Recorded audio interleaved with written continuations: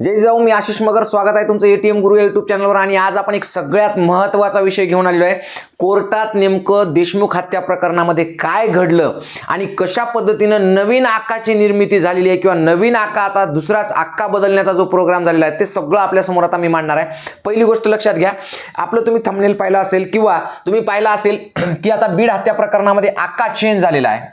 म्हणजे जो आका होता तो आकाच आता बदलण्याचा मोठा एक प्रयत्न इथं सुरू झालेला आहे. मूळ मुद्दा असा आहे की आका बदलण्यात येतोय की काय असं मी का म्हटलेलं आहे हे आपल्याला समजून घ्यायचं. म्हणजे ज्या दिवशी ही घटना घडली त्या दिवशीचा FIR जो नोंदवला गेला किंवा त्याच्या दुसऱ्या दिवशी 10 तारखेला जो FIR नोंदवला गेला आणि त्या FIR मध्ये काय काय लिहिलेलं होतं आणि आता सध्या कोर्टामध्ये तपास यंत्रणांनी काय मांडलं, या दोन्ही मधली जी काही तफावत आहे ती नेमकी काय आहे आणि कशी आहे ते सगळं आजच्या व्हिडिओमधून मी तुम्हाला सांगणार आहे, जेणेकरून तुम्हाला कळेल की नेमकं घडतंय काय या प्रकरणामध्ये आणि आक्का बदलल्या जातोय की काय आणि हे आक्का कशासाठी बदलल्या जातोय आणि कोणासाठी बदलल्या जातोय, नेमकं काय घडतंय ते सगळं आजच्या व्हिडिओमधून तुम्हाला कळेल.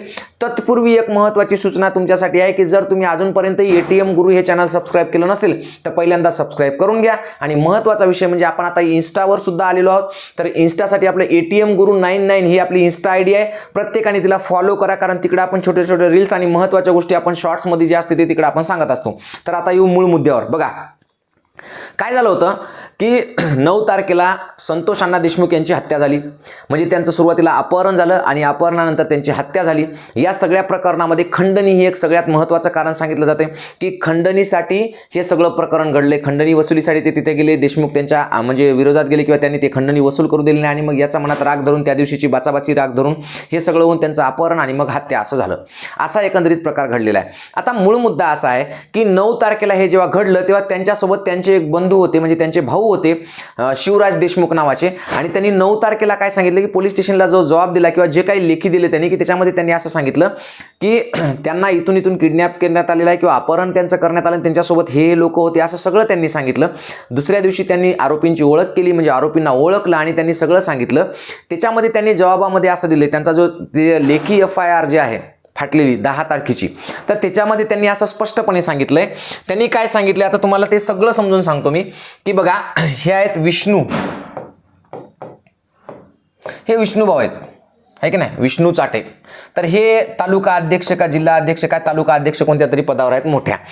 10 तारखेच्या जबाबामध्ये काय दिलेलं आहे नेमकं 10 तारखेच्या जबाबामध्ये यांनी म्हणजे देशमुखांनी, शिवराज देशमुख यांनी काय दिलेलं आहे की विष्णू चाटे जे आहेत यांनी काय केलेलं आहे तर यांनी प्लॅन केलेला आहे आणि यांच्या नेतृत्वाखाली म्हणजे विष्णू चाटे यांच्यानुसार यांनी आणि यांच्यासोबत हे जे आहेत ते मग हे कोण आहेत, हे आपले धनुभाऊ आहेत, धनंजय घुले, आपलं काय त्यांचं नाव ते सुदर्शन घुले आहे ते. तर हे सुदर्शन घुले बघा 10 तारखेला काय लिहिले त्यांनी की विष्णू चाटे यांनी म्हणजे यांच्या नेतृत्वात किंवा यांनी, हे टोळीचे प्रमुख आहेत कोण, विष्णू चाटे यांनी काय केलं तर बाकीच्या आरोपींना सोबत घेऊन संगनमताने प्लॅन केला.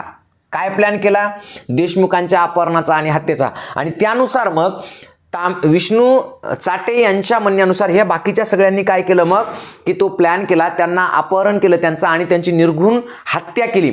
असं सगळं कधी लिहिलेलं आहे 10 डिसेंबरच्या FIR मध्ये किंवा त्या कॉपीमध्ये असं लिहिलेलं आहे. म्हणजे 10 डिसेंबरला मेन याच्यातला कोणाला सांगण्यात आलेला आहे तर विष्णू चाटे यांना सांगण्यात आलेलं आहे. आणि विष्णू चाटेनं असं का केलं तर त्याचं कारण असं आहे की विष्णू चाटे यांच्या मोबाईलमधून काय म्हणू आपण त्याला, त्यांनी त्यांच्या ऑफिसमधून वाल्मिक कराड हे तिथल्या त्या कंपनीच्या म्हणजे जी पवनचक्कीची कंपनी आहे त्याच्या मॅनेजर सोबत बोलले. त्याला असं म्हटले म्हणे की तू 2 कोटी रुपये दे किंवा काय जे असेल ते, किंवा तुला जे काय घुले म्हणतोय, सुदर्शन घुले जे काय म्हणतोय त्याचं ऐक, तू जर नाही ऐकलं तर काय होईल, तुझं काम आम्ही बंद पाडू, अशा पद्धतीने सांगितलेलं आहे. कोणाच्या, या विष्णूच्या मोबाईलमधून.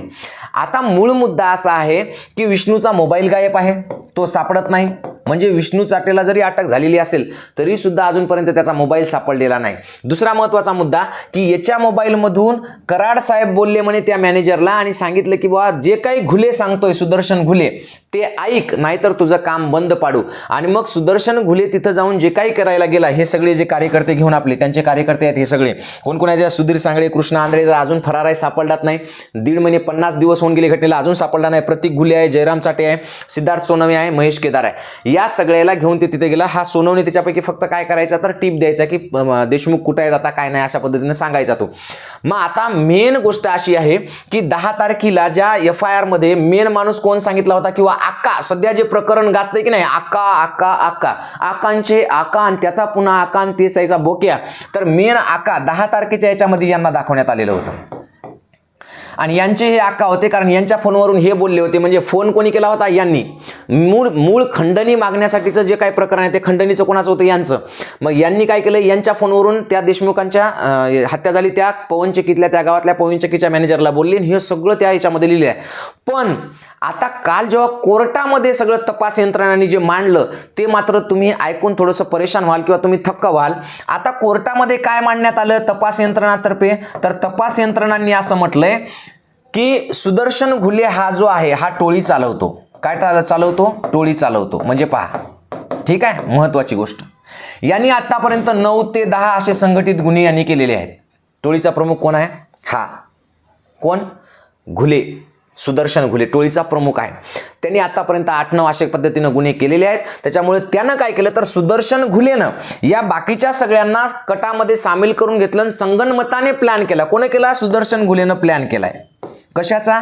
अपहरण आणि हत्येचा. आणि मग या प्लॅनमध्ये हे सगळे संगनमतानं सहभागी झाले आणि या सगळ्यांनी मिळून काय केलं तर संतोष अण्णा देशमुखांचं अपहरण केलं. अपहरणानंतर त्यांना 3 तास निर्घृणपणे मारहाण केली. अत्यंत वाईट पद्धतीने त्यांना मारलं. जगात कोणीही कोणाला इतका यातना किंवा त्रास दिला नसेल अशा पद्धतीने यांनी मारलं आणि मारून त्यांची हत्या केली. आणि ते सगळं जे आहे ते मेन कोण आहे त्याच्यामध्ये?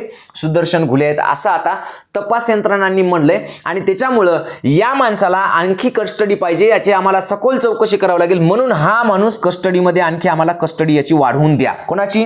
सुदर्शन घुलेची. म्हणजे आता सुदर्शन घुले टोळी चालवतो आणि तो मेन आहे आणि त्याच्या सांगण्यानुसार बाकीच्यांनी संगनमत केलं आणि ते प्लॅन रचला आणि तो कट केला. म्हणजेच आता आका कोण झाला? आका झाला सुदर्शन घुले. पण मूळ मुद्दा असा आहे की आका बदलल्याने नेमकं काय होणार आहे? आधी आका कोण होता? जे प्रत्यक्षदर्शी आहे, ज्यांनी पाहिलंय की हे उचलून नेलंय, ज्याला सगळी घटना माहिती आहे की हे का झालंय, त्यांनी प्रत्यक्ष काय लिहून दिलंय की आका कोण सांगितलंय? आका सांगितलंय विष्णू भाऊ यांना. आणि आता ते कुठं गेलंय तर ते गेले सुधू भाऊकडं आकापद. तर हे असं का झालं? याच्यामध्ये नेमका काय मॅटर आहे? तर मॅटर असा आहे मित्रांनो की मेन जो आका आहे सगळ्यात मोठा तो आहे खंडणी प्रकरणामध्ये. ठीक आहे, समजून घ्या मॅटर काय काय व्हायले ते. खंडणी प्रकरणातला मेन आका हा आहे आणि खंडणी प्रकरणातूनच काय झाली? हत्या झालेली आहे, हत्या. मग या हत्येचा संबंध डायरेक्ट याच्यासोबत जोडण्यात आला. यांच्यावर सुद्धा मोका दाखल करण्यात आला आणि खुनाशी यांचा संबंध तपासण्यात येत आहे. आता असं होत असताना काय झालं की जर आका विष्णू चाटे राहिला आका, तर काय होईल माहिती आहे का? यांनी फोन कोणाच्या मोबाईलवरून केलता? विष्णू चाटेच्या. म्हणजेच हे खंडणीचंच प्रकरण आहे आणि खंडणीच्याच प्रकरणातून ही हत्या झाली. कारण या दोघांचे CDR मिळालेले आहेत, यांची एकूण एकाला कॉलिंग झालेली आहे. हे 1, 2, 3 याच्या फोनवरून या तिघांचं हत्येच्या दिवशी 20 मिनिटाचं संभाषण समोर झालेलं आहे, ते पण कोर्टात मांडलेलं आहे. म्हणजे हे जर आका राहिला तर सरळ सरळ या आका जो आहे वरचा तो नीट त्या जाळ्यात अडकतोय, नीट फसतोय. पण आता जर याला आका केलं तर काय होईल तर खंडणी प्रकरण बाजूला पडून जाईल. का बाजूला पडेल? हत्या प्रकरण वेगळं निघेल आणि खंडणी प्रकरण बाजूला. कारण खंडणी प्रकरण कोणाकोणामध्ये झालं? यायचं आणि यायचं. इकडचा कार्यक्रम आहे वरचा, त्याच्यातून याला बाजूला केलं, मेन आका याला धरलंय. म्हणजे या खुनाचा संबंध फक्त मेन आकाशीच राहील इथपर्यंतच. आणि मग बाकीचे सगळे त्याच्यामध्ये सह आरोपी असतील, मुख्य आरोपी, सह आरोपी, कार्यक्रम खल्लास. आणि मग हे भाऊ आणि हे भाऊ तर त्याच्यातून बाहेरच निघणार. साधी सिंपल गोष्ट आहे. मग नेमकं 10 डिसेंबरच्या FIR मध्ये काय लिहिलंय आणि त्याच्यानंतर आता कालच्या तारखेत म्हणजे आज कोर्टासमोर, काल कोर्टात तपास यंत्रणा काय म्हणते, या तपास यंत्रणामध्ये हा फरक कस काय पडतो? प्रत्यक्षदर्शीनं सांगितलेलं आहे किंवा त्यांच्यासोबत जे घडलं त्या माणसाने सांगितले 10 तारखेला की सगळं कोणी केलं? विष्णू भाऊनी केलंय. आणि मग आता तपास यंत्रणा काय म्हणते? हे सगळं यांनी केलंय. बरोबर आहे. म्हणजे हे कुठेतरी याच्यामध्ये फट निर्माण होते. जसं याच्यावर प्रकरण आलं तसं या माणसाचा आणि या माणसाचा जो संपर्क आहे तो तुटणार या प्रकरणाशी. हा फक्त खंडणीमध्येच राहणार आणि ते खंडणी प्रकरण कितपत चालेल आणि कितपत नाही माहित नाही. आता याच्यामध्ये महत्वाची एक गोष्ट काय माहिती आहे का? सुदर्शन घुलेचे 2 मोबाईल जप्त आहेत. या 2 मोबाईल पैकी एक मोबाईल जो आहे ज्याच्यामध्ये सगळं काही आहे त्याचा अजून लॉकच उघडता आलं नाही. 50 दिवस झालेत. किती? 50 दिवस झालेत हत्याहून, अजून त्या मोबाईलचं लॉक उघडलं नाही. हा माणूस सहकार्य करत नाही किंवा म्हणजे त्या पोलिसांना मदत करत नाही तपासामध्ये, आणि यांनी अजूनपर्यंत त्याचं लॉक उघडायला सांगितलं नाही. म्हणजे तुम्हाला 50 दिवस होऊन जातात. आरोपी तुमच्या ताब्यात आहे, त्याला तुम्ही न्यायालयीन कस्टडी, त्याला तुम्ही पोलीस कस्टडीमध्ये घेतलं तरी सुद्धा आणखी त्या मोबाईलचं लॉक उघडल्या जाऊ शकत नाही. म्हणजे तपास किती वेगानं चालू आहे असं आपल्याला याच्यावर प्रश्नचिन्ह निर्माण होतील की नाही. जनतेनं नेमकं काय करायचं, हे असंच चालू राहिलं तर जनतेनं कोणाकडे बघायचं, हा सगळ्यात मेन मुद्दा आहे. आणि ह्याच्यासाठी ह्या सगळ्या गोष्टी समजून घेण्यासाठी आपलं डोकं शाबूत असलं पाहिजे, आपल्या डोक्यामध्ये चांगले विचार करण्याची क्षमता असली पाहिजे. बरेच जण म्हणतात की सर तुम्ही कराडला बोलायले म्हणजे जातीवाद पसरवायले, किंवा तुम्ही धनंजय मुंडे साहेबांना बोलले म्हणजे जातीवाद पसरवता. मला एक साधा प्रश्न विचारायचा आहे मित्रांनो.